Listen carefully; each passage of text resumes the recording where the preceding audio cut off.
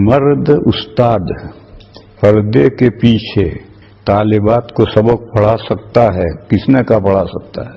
جیسے تبلیغ جماعت کے بارے میں فتویٰ ہے کہ عورتوں کا تبلیغ جماعت میں نکلنا جائز نہیں، وہ نکل رہی، کون روکے گا انہیں؟ تو مردوں کا جوان لڑکیوں کو پڑھانا ہی جائز نہیں، اور مدرسے پڑھا رہے تو ہم کیا کریں؟ اسلامی تاریخ میں 1400 سالہ تاریخ میں کوئی نظیر نہیں ہے کہ مردوں نے بالغ عورتوں کو پڑھایا ہو، عورتوں نے مردوں کو پڑھایا ہے۔ حضرت عائشہ سے صحابہ پڑھتے تھے، لیکن کسی دور میں مردوں نے بالغ عورتوں کو پڑھا، اس کی کوئی نظیر نہیں۔ کہ تم سب مولوی اکٹھا ہو، میں تمہیں بتاؤں، یہ جو پس پردہ مولوی پڑھاتے ہیں وہ پڑھاتے نہیں، ڈھونگ کرتے ہیں۔ ظفر الامانی مختصر المعانی کی شرح کھول کر کے پڑھتے ہیں، لڑکیوں کو کیا پتا کہ استاد بول رہا ہے یا پڑھ رہا ہے۔ عام طور پر ابھی یہی ایک مدرسے میں گیا تو جس کمرے میں سے استاد لڑکیوں کو پڑھاتا تھا وہاں کشف الباری رکھی تھی، تو میرے جاتے ہی جلدی سے اٹھا کر لے گئے۔ ارے میں تو سب سمجھتا ہوں، یہ سب اردو شرحیں کھول کر کے استاد وہ پڑھتا ہے۔ پھر گجرات میں سب سے پہلے گجرات میں لڑکیوں کے مدرسے شروع ہوئے، وہ ٹھیک ہوئے۔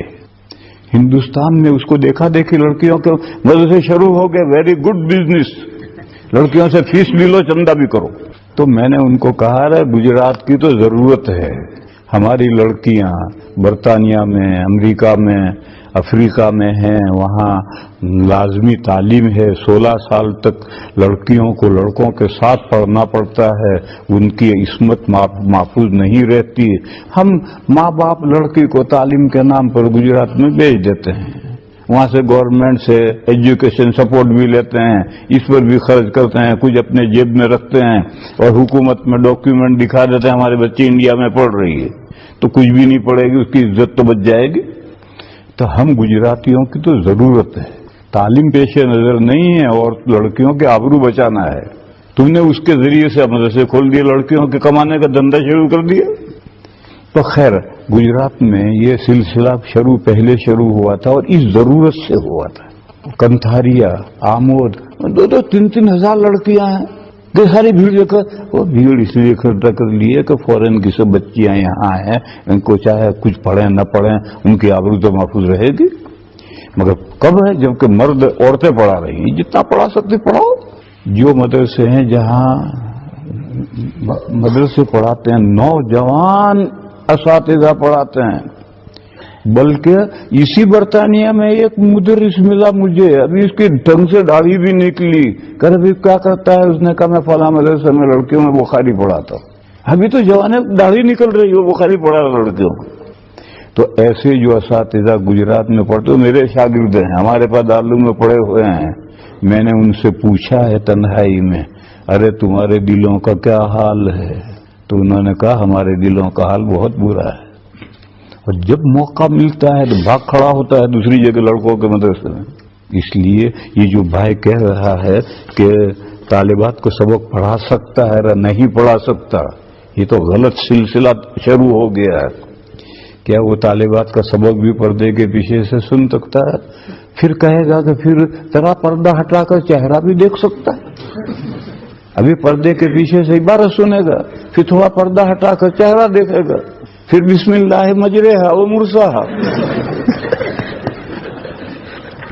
لا حول ولا قوت الا باللہ۔ کب سے حضرت تھانوی نے کہا تھا کہ 3 شرطوں کے ساتھ لڑکیوں کو جتنی تعلیم دینی ہے دو، ایک بورڈنگ نہیں، دوسرے لڑکیوں کو تعلیم دو، ڈھونگ مت کرو، اب تو ڈھونگ ہے تعلیم کا لڑکیوں کو، اور تیسرے کہ استانیاں پڑھائیں، مرد نہیں، ان کا لحاظ کر کے دو تعلیم۔ کون منع کر رہا ہے؟ اور کون سنتا ہے؟ کوئی مانتا ہی نہیں، سب بزنس پوائنٹ پر کام چل رہا ہے، اور نام ہے قوم کی فلاح و بہبودی۔ ارے قوم کی فلاح و بہبودی مولانا غلام محمد وستانوی ہیں، انہوں نے مختلف جگہ لڑکیوں کے مدرسے میں 14,000 لڑکیاں پڑھتی ہیں، وہ 9 سال عمر پوری ہوئی چھٹی جاؤ، 9 سال کے بعد نہیں رکھتے، اور 3 سال کا کورس ہے، سب سے پہلے ناظرہ، تجوید، پھر اردو کے ذریعے سے بیشتی زیور تک، اور پھر کھانا خود پکاتی ہیں لڑکیاں، کوئی باورچی نہیں، جھاڑو خود دیں گے، برتن خود دھوئیں گے، کپڑے خود دھوئیں گے، اور آپس کے حقوق، شوہر کے کیا حقوق، عورت ساس کے کیا حقوق، جیٹھ دیور کے ساتھ کیسے رہنا ہے، سب سکھلاتے ہیں۔ وہ کہتے ہیں عالمہ بنانے کی ضرورت نہیں ہے، صالحات بناؤ، مومنات بناؤ، نیک بندیاں بناؤ۔ حیدرآباد میں گئے تھے، حیدرآباد وہ شہر ہے جہاں ہر ایک اینٹ کے نیچے ایک لڑکیوں کا دارالعلوم ہے، اور مفتیاں بھی تیار ہو رہی ہیں۔ وہاں مجھے معلوم ہوا کہ عالمہ اور مطلقہ میں تلازم کی نسبت، جو بھی عالمہ ہے وہ مطلقہ ضرور ہے، کیونکہ کچی تعلیم کا تو یہی اثر ہوگا، اور آج کے سب کچی تعلیم ہے۔ دیکھو ایک مسئلہ تو ایسا ہے کہ وہاں عورت آدھی ہے، وہ میراث کا مسئلہ ہے۔ کیوں؟ عورت کے ذمہ کوئی خرچہ ہی نہیں ہے، بیٹی ہے وہاں تک باپ کھلائے، بیوی بن جائے شوہر کھلائے، بیوہ ہو جائے لڑکے کھلائے، لڑکے نہ ہو تو اسٹیٹ کھلائے، اس کے ذمہ ہے ہی نہیں، تو اس کو میراث ملنی نہیں چاہیے۔ اسی لیے عیسائیوں کے یہاں، ہندوؤں کے یہاں عورت کو کوئی میراث نہیں ملتی، اس کے ذمہ خرچہ ہی نہیں ہے۔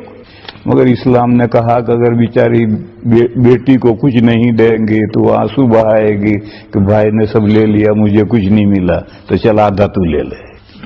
یوں وہ آدھی ہے، اس سے نمٹوں تو سو۔ اذان کا وقت ہو رہا تو فوراً شروع کرو، ہمارا انتظار مت کرو، اذان کا وقت ہوتے اذان شروع کرو۔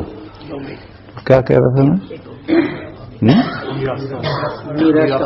ہاں، باقی شہادت کے باب میں ایک مرد کی جگہ دو عورتیں ہیں، اور حضور سے پوچھا تھا عورتوں کی عقل کم ہے دلیل، تو حضور نے فرمایا ایک مرد کی جگہ دو کی گواہی ہے۔ تو تعلیم کا مدار بھی عقل پر ہے، یہ ذہین ہے، یہ متوسط ہے، یہ ادنا ہے، اس کو زیادہ پڑھانا پڑے گا۔ تو جب عورتیں ناقصات العقل ہیں تو لڑکوں کے نصاب سے ان کا دگنا نصاب چاہیے۔